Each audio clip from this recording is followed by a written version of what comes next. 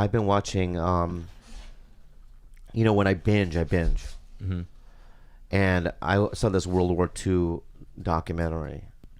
What's his name? Ken Burns. Ken Burns did. What's his name again? I forgot. There's only one guy who does all these epic war documentaries. It's called The War. And I just want to say this.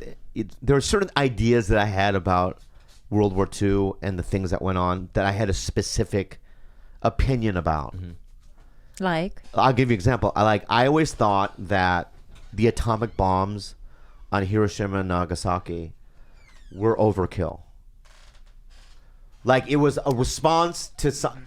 Because I always thought that those two bombs were a response of Pearl Harbor. Pearl Harbor, yeah, a lot of soldiers died. Thousands of people died. But to destroy cities, I always thought in my head, was overkill. It was overkill. But it wasn't... But Hiroshima and Nagasaki wasn't a response to to Pearl Harbor.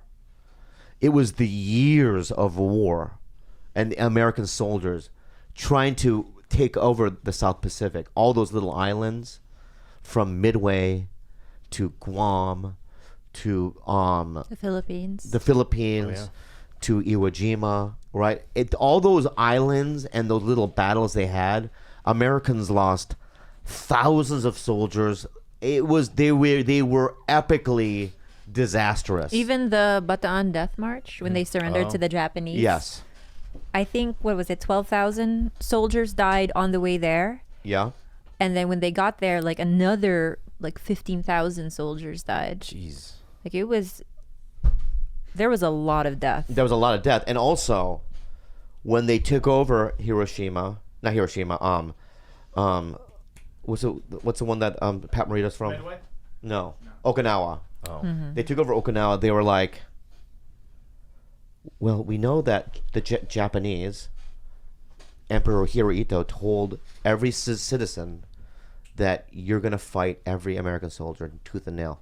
So basically, every farmer, every kid, everyone in that island of Japan was a soldier.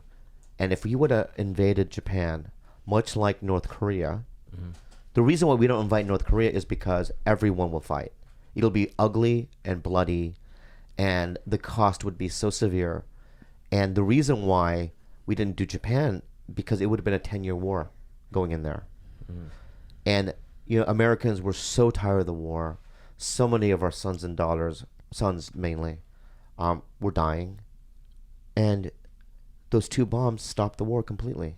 Japan surrendered. So, yeah, I mean, that's what changed about me. The bombs were horrible. Yeah. Absolutely horrible. And without those two bombs, there would be no Godzilla. Oh, come on, babe. A lizard would have been hit. No, but that's why they created that movie. That's a good movie. Guys, good movie. They're great movies with Mothra. Mothra? I mean, they're great movies. When Bobby and I were in Kauai, we went to this ranch, and I had never ridden a horse in my life. I don't know if you guys know this. I thought you would have in the Philippines. You guys, I think I'm meant to ride horses, though. I feel like Okay. my next go, I'm going to bareback Alright. a stallion. If I see you in the I connected with the animal. We got along. But before we did, when we first got to the ranch, Bobby was bragging the whole time. Okay, okay. All right. Are you gonna? All right. truth? I'm not- can I No, tell- all right. Can I just say this though? Remix. Easy, because I have arguments with every point that you're gonna make. Yeah. Please have the platform. Go ahead. Please have the platform. Go ahead. You may have the platform. Go ahead. So we get to the ranch, and they match you with a horse according to your height and weight and your personality, basically. How do they measure that? I don't know. Well, It's bullshit. It's a guess. It's fucking bullshit the way they measure. Like It's a the gut feeling, I guess. It's a vortex? Okay. So there were 12 people in a group, and then everybody gets matched up with a horse. I get matched up with a really sweet horse named Dudley. Nice. Very calm, mellow. Bobby gets matched up with a horse named Sizzler. He's really pudgy. Like the restaurant? No, it's his behavior. And they're like, "Oh, Sizzler is a character." Yeah. And I was like, and the lady was like, "I think you guys will get along."